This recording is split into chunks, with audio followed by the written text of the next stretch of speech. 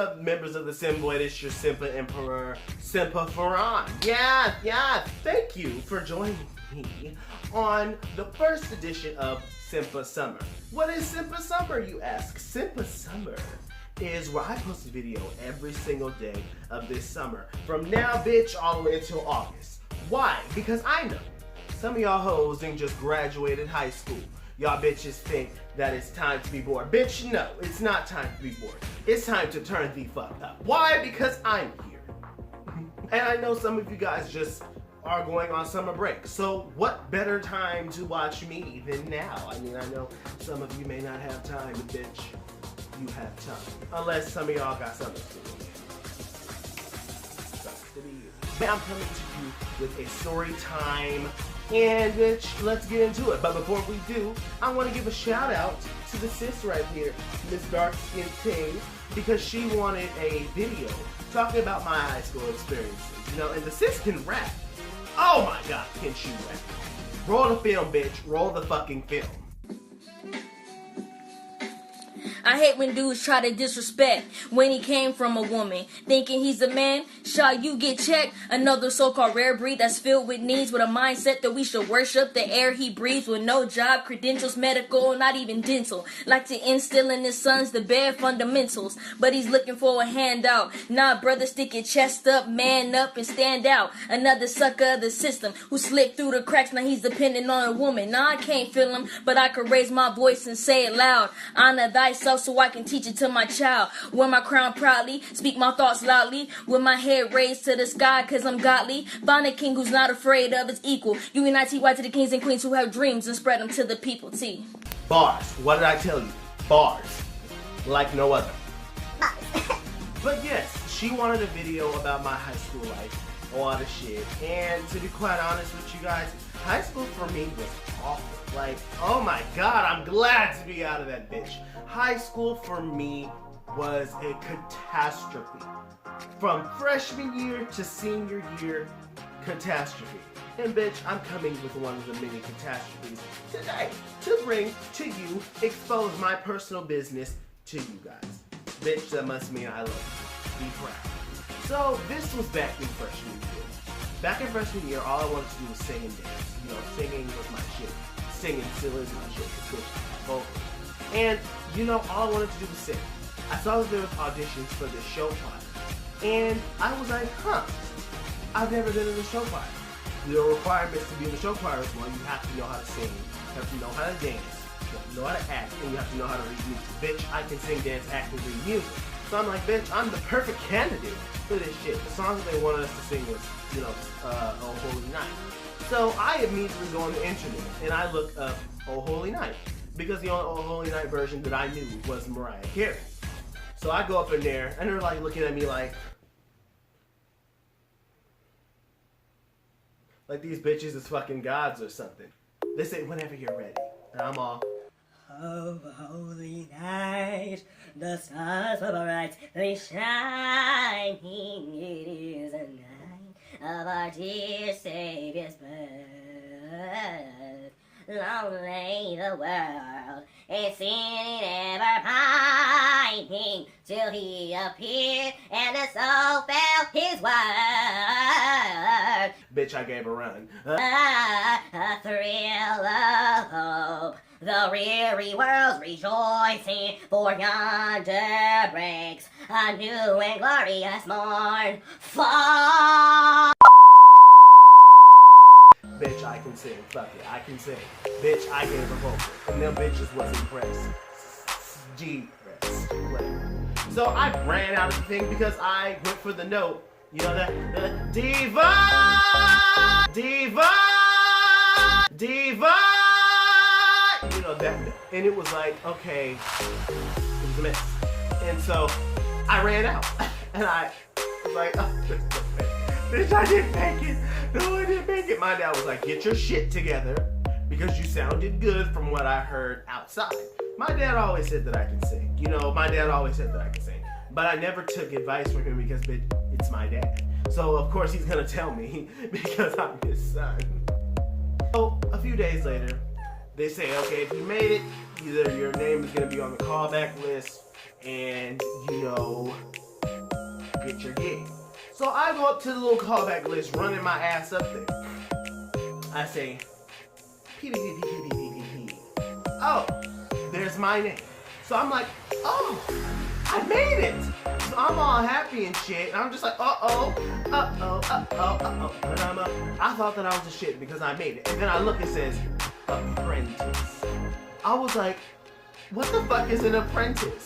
So then there's a little white bitch that comes up behind me and says, I didn't expose the name. Anyway, we're gonna get into it anyway. Vocal point apprentice is where you basically sing and dance, but you don't get to perform. So I was like, oh, okay, cool. I mean, at least I get to sing and dance. So we have to do like this good damn 6-week rehearsal of singing and dancing, finding our keys and shit. So the teacher gets me up there. She's like, all right, you, come on through here and get yourself on this piano, and we're gonna go through your vocal range. So she plays this note, da. I'm like, ah, da, ah, da, ah, da, ah, da, ah, da, ah, da, ah, da, and then we all get up the piano. So then I'm like, okay, and these bitches still look at me like bitch, that they're God or something. So I'm like, okay. I take my seat, and it goes all the other people. There's this one girl. Oh my God. There was this one girl. She started,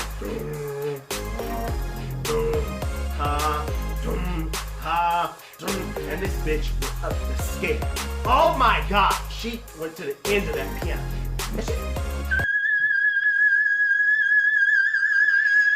Like, she was just up there hitting them notes. First soprano. So then she like, okay, we all sit down in our sections. It went from bass, tenor, alto, second, and first soprano. I was the bass because, bitch, I was scared to sing my highest note. We start singing. And then the song is sad. It's like, my body is a cage. My body is a cage that keeps me, and the whole shit. And so I'm singing the song and stuff, and I'm getting stared at. I'm getting stared at by a nigga across the way, a little light-skinned nigga. He's staring at me. So I'm like, okay, what you staring at? And they just looking. And so I looked over there because the part of the song was like, I'm standing on the stage of fear and... Okay, that wasn't my key, but you get it. And so I'm looking, and he looking at me. He gonna scrunch his face up. Bitch, what? How the fuck you gonna scrunch your face up at me? Because I'm singing my key. What I was just singing, it was not my key, that was his key. Just saying. Just saying. Let's skip a few weeks later. Months, actually, let's skip some months. So I'm basically in the shit. People know my name. They know I can sing, I can dance, all the shit.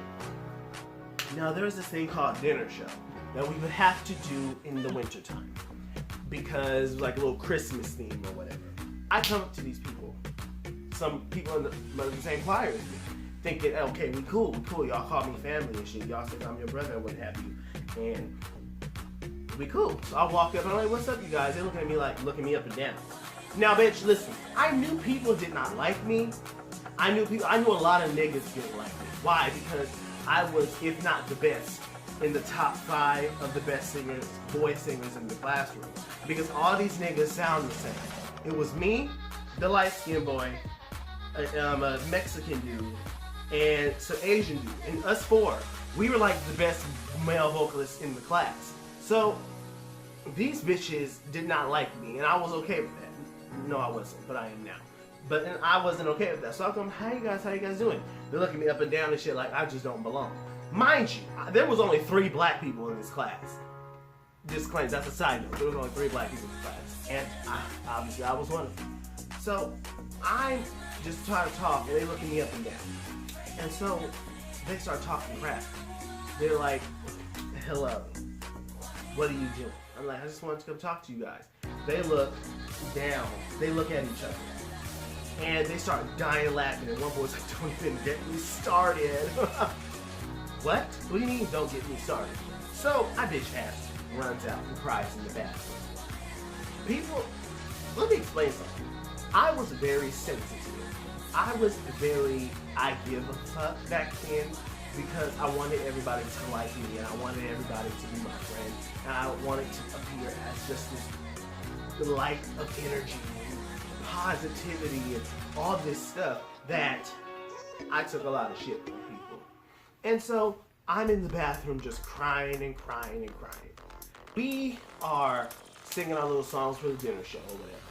Then it's time to go home. It's like 12 a.m. My dad comes to pick me up. He's like, so how was it? I was like, it was fine. He's like, what's wrong? I'm like, nothing's wrong. I'm good. So I get home and I go straight to my room. And I'm sitting in the dark and I'm sitting looking like just thinking. And I'm just like, nobody in this choir likes me. I don't know why nobody in this choir likes me. And then it hit me. It says, in order to be liked in this choir, you have to be white, gay, and you have to be like in extracurricular classes because the really smart bitches would just like really praise and worship as if they were just a gift from God or some shit. We'll get into that later. And so I realized that at the time I was like, oh, well, I'm not gay. I'm not white, but I'm talented and I've worked my ass off to get here. And so I began to cry. The next day I went to the classroom and they were trying on costumes and stuff. I realized people were laughing at me because people start talking about me for my weight. And I'm just like, oh no, this cannot happen. This cannot happen. These bitches will not come for me for my weight.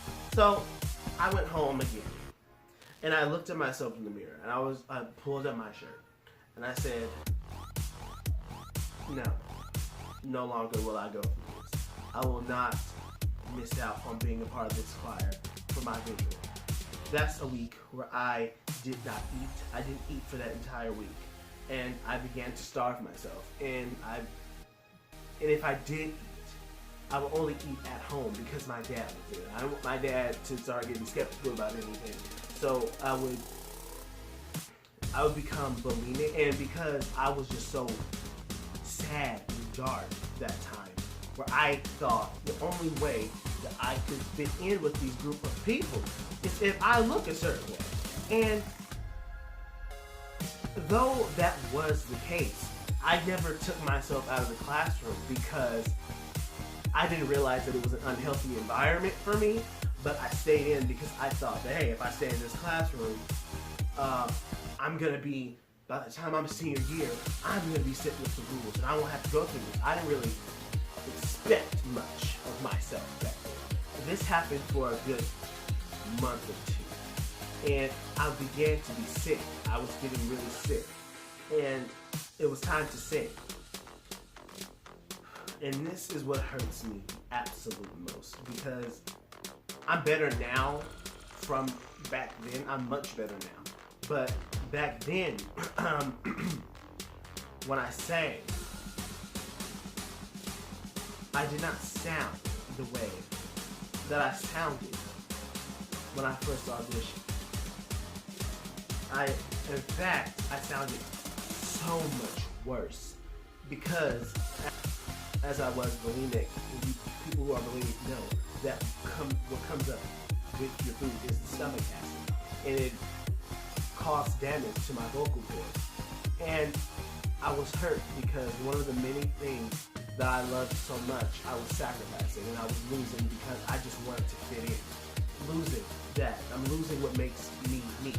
I'm losing the beauty and the amazingness of my singing voice. And I went through and causing vocal damage. When I realized this was happening, I did not stop because I'm still thinking, okay, well, I'm going to be doing this shit next year. So I need to make sure that I'm getting my 10s, you know, and I need to make sure that I am on top notch. I go home and the cycle continues. I won't eat until my dad sees me. And my dad didn't notice. You know, that doesn't mean that my dad did not care. But my dad did not notice this was happening. Why? Because I didn't make it something obvious. I didn't make it something that was really hindering me. Mind you, bitch, I can act. So I would pretend and act every day as if I was just so happy and vocal point was just the most amazing thing for me. and that I was something that I just really wanted to do. That my dad was like, okay, if this is something that you really want to do, we're gonna keep going for it. We're gonna keep going. We're gonna keep running with it. And I honestly feel like this. Had I told him what was going on inside that classroom and what was going on inside that bathroom at home, he would have took me out immediately, because my dad wouldn't have allowed that to happen. I know that for a fact. Here I am, damaging my voice, damaging my mental state, damaging my body because I'm trying to fit in with these people. And I said to myself, this cannot continue. I cannot continue to hurt myself because I'm trying to fit in. And I just was like, when is this going to stop? And it became an addiction, really. Yeah, it was painful, but I started seeing minor results. I started slimming down. And I was like, okay, this is something good. But as I gained my body, I lost my essence of who I am as a vocalist. So I was going through massive vocal damage. The only person who noticed that I was going through vocal damage was my sister, because her and I, we would sing a lot. And she would say, you don't sound the same. What's going on? You don't sound the same. And she would look at me crazy because she says, there's no way in hell that singing these songs is tiring your voice out. Something else is going on. She was the only one who was really paying attention to me. She was the one realizing, you're not eating as much as you should be. Bitch, what the fuck is going on? And I would just be like, oh, no, it's nothing, I'm okay. I'd drink a whole bunch of water. She'd be like, nigga, what the fuck is going on here? Sissy was on point. Sister knew the tea. And she heard me one night. I will never forget this night. She heard me one night in the bathroom. She knocked on the door. She was like, what the hell is going on? She didn't say that, but she saw me mid-process. And, well, heard me mid-process. And she was so sad and disappointed in me because I would always be preaching, be yourself, love yourself, don't change yourself, I would always be preaching these messages. And here I am, face in the toilet, just giving myself up because I want to fit in with these bitches. I begged her, basically, not to tell my dad because I really love to be in this goddamn choir. And I'm sitting here like, oh, no, you cannot tell dad, you cannot tell dad, you can't tell anyone. And she didn't. Sissy was the real MVP. She didn't tell nobody. But she definitely said it's time to get some work done. You need to get your shit together. So, let's fast forward a little bit more. When was this? April. They announced in April, my voice is basically shot. Like, I'm walking around when I sing, I'm sounding like this because I was fucked up. April comes around. The teacher is like, all right, it's time for the auditions to be on next year's choir. And I said, you know what? I sparked up. I was like, oh, it's time to be on the choir again. So I sparked up and she was like passing out the scripts and passing out the songs and stuff. And she smiled at me because she knew you're just gonna give a good vocal. I was just singing to myself the song. I was sounding like complete shit because vocal damage. So I still went in an audition. I came in and I sung the song. I forgot what it was. I sung the song and she looked at me crazy because she was like, you don't sound the same. And she looked at me crazy and was like, huh, and wrote down my name. And then I left. And I'm at home itching and praying that I make it into this choir. I'm gonna make it into this choir. I know I'm gonna make it. And yeah, I made it. But I went to the ballot thing and I saw my name and it said Vocal Point Apprentice again. And I was like, why am I in Vocal Point Apprentice again? I was pissed off. I was pissed, but I knew why I was in it.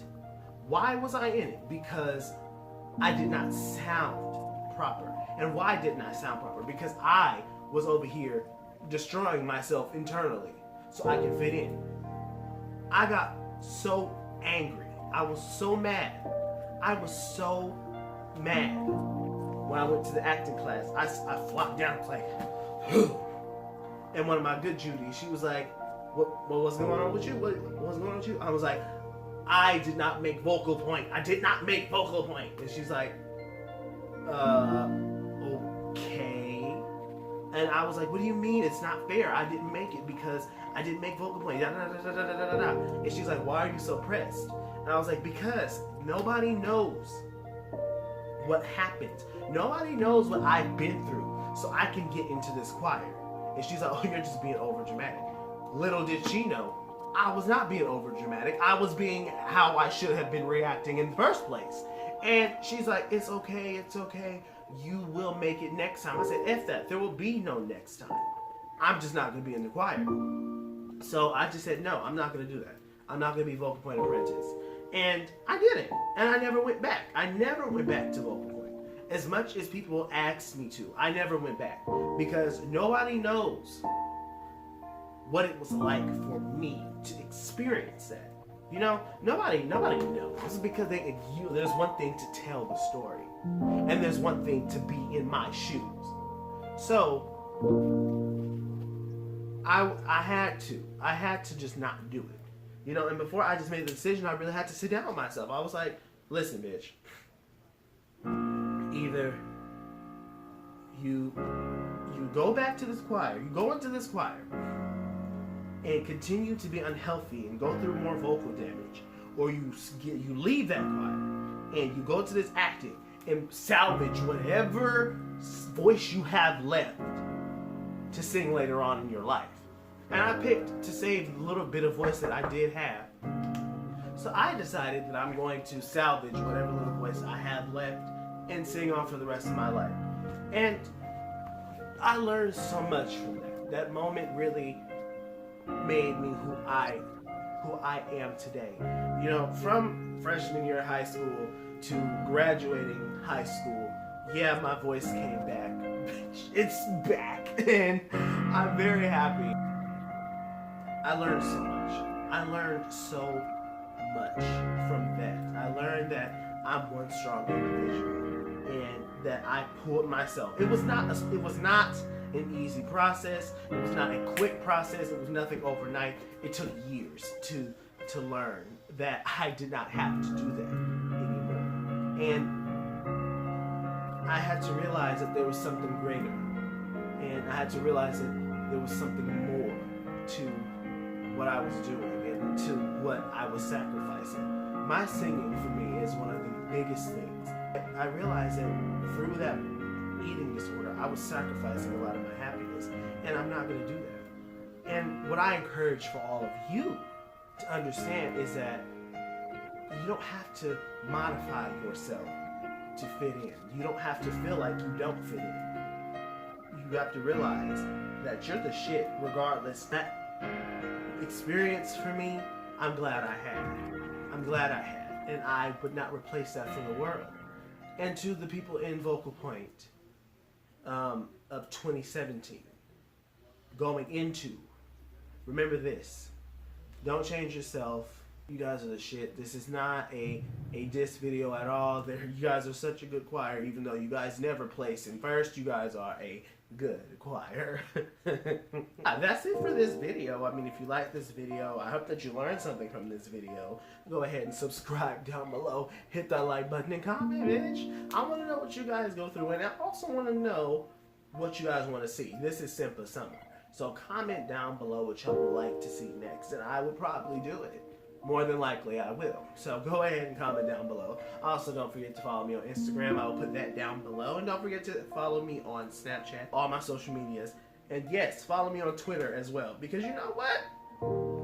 Though I don't like Twitter, it's definitely something to watch. I mean, Jay Versace in Princeton. Something to watch. Girl, I will go into that tomorrow. My views on that. In fact, that's what we're going to talk about tomorrow. Be ready, because I'm ready, and you better be ready too. So yeah, and remember, you are a superstar. The world just does not know it yet. So hot.